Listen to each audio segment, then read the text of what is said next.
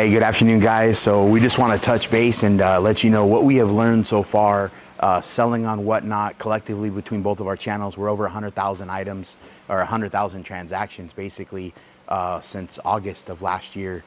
So what have we learned by selling this much volume on Whatnot? We have streamlined processes. We've lost a lot of money. We have learned a lot. We've grown a lot. I could kind of touch base on a little bit of all of those. Let's, I guess we'll start with the negatives first. Negatives from a systematics perspective, selling on this large scale. We've learned different processes. We're trying to touch the product fewer times so that we're spending less labor and money before the product actually reaches the racks to go to a show for on the platform Whatnot. That being said, we've got multiple different avenues of touching the product from when it gets offloaded from the truck. The pallet actually lands here on the floor where a processing staff is actually opening up the boxes, sorting it either by size, style, gender. Then we go and we put them on the racks. We've got that process down from touching it about, I'd say probably 5 to 7 times total from the moment it's offloaded from the truck to where we're currently, I would say probably somewhere around about 2 times, maybe 3 times max. Once it's on the rack, it makes it very easy. We're pretty much prepared about 2 days or 3 days ahead of time with all of our racks for all of our shows. We've got basically a month's worth of product or shows actually scheduled on our 2 Whatnot channels, so that way we can actually see what we have coming. We have streaming on both channels. We're not streaming the same thing simultaneously, so we always have a wide variety of product available. I guess another learning curve for us has just been streamlining the shipping process, going to using a bin style product or to sell to instead of using like stickered numbers, since we are selling on such a larger scale, different than just selling from home. We're typically selling anywhere from 200 to maybe 600 pieces in a show. So you run out of those numbers, you run out of the space very quickly for adding that information for the shipping. So we have 3 full-time shippers. Actually over here, they're shipping out the shows currently from late last night. We use cubby systems that are actually pre-numbered. So when the host actually sells the item, they're able to actually just throw it in a cubby. It lessens the time. Again, lessens the touches. From there, it goes straight to the shipping.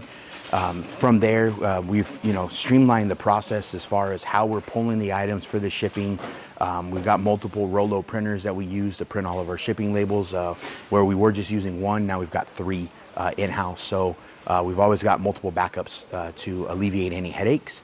I would say another big process that we have learned to just streamline overall is just how we bring the product into the warehouse and how we bring it into our sorting section, allowing us to actually be able to be more efficient, spend less money on labor, and hopefully make a little bit better in return. I would say that that's a massive thing for us with this is like I earlier touched on, is just the fewer touches. Those touches turned into dollars, and those dollars start coming off of the back end, and most people don't realize it, especially selling on this larger scale. I think people selling from home on a smaller scale can actually take these tips and actually manipulate them and maybe downsize them to streamline their process in being able to more efficiently and effectively be able to sell the product and actually in return make more money. I would say the other pain points or maybe things that we have learned through this process is scheduling the shows, getting the bookmarks.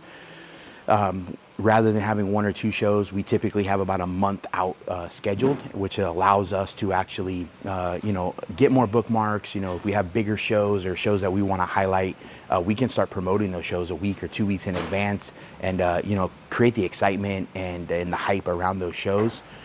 This weekend, we've got a pretty big show. We're gonna, the plan is to probably try to move about 4,000 to 6,000 pieces in a matter of a few hours.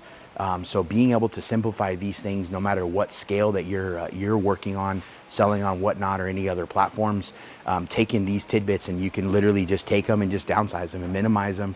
You might not be buying a truckload. You might be buying maybe a pallet, or you might be buying a few boxes worth. So just thinking about how can I get to these boxes quicker, more efficiently, less steps, moving them less, because moving them less, especially on this larger scale, the problems just get magnified and they get bigger very quickly.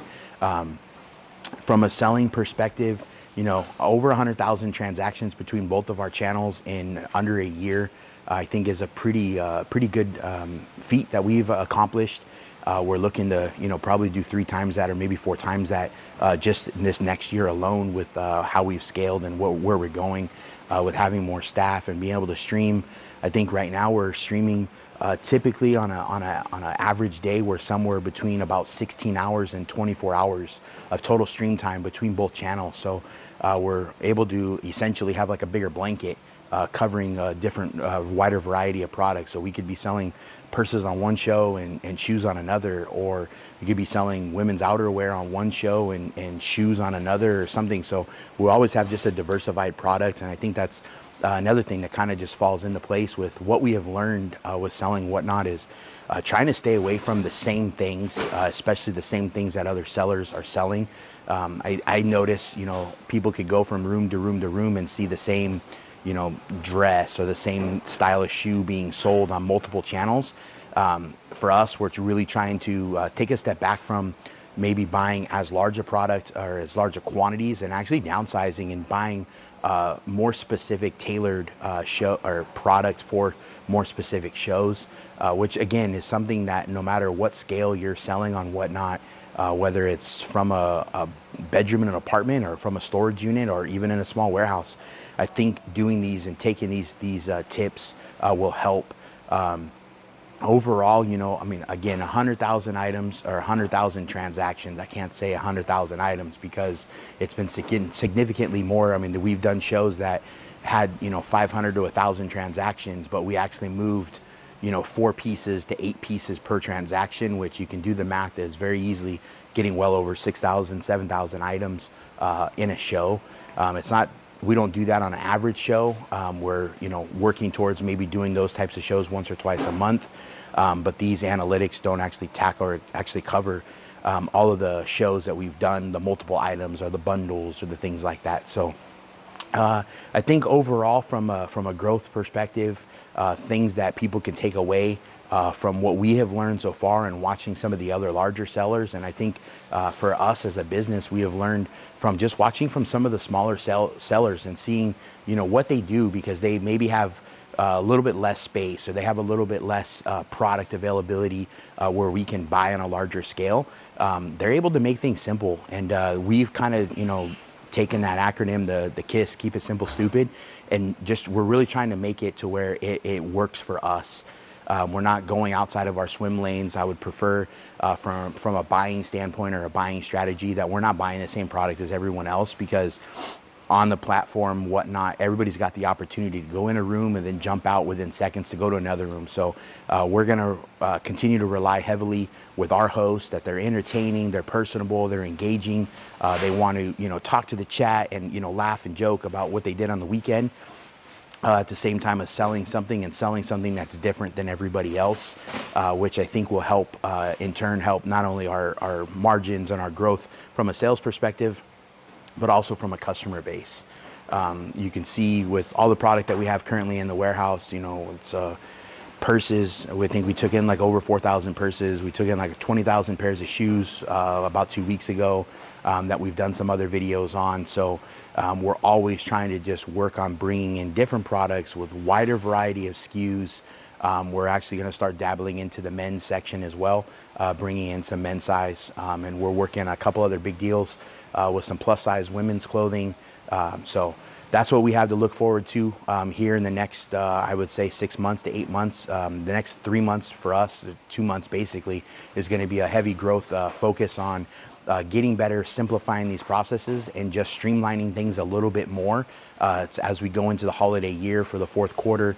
As most of you guys know, as resellers, typically around that holiday time, it's going to be the busier season. So our sales numbers that we did in December and January and February of this year, we're looking to try to like double and maybe 3 times what we did from then till now. So if you guys have any questions, comments, please feel free to put them in the comment section below. Don't forget to like and subscribe to our channel. Feel free to reach out to us on social media as well, Instagram, TikTok, and Facebook. Until then, we'll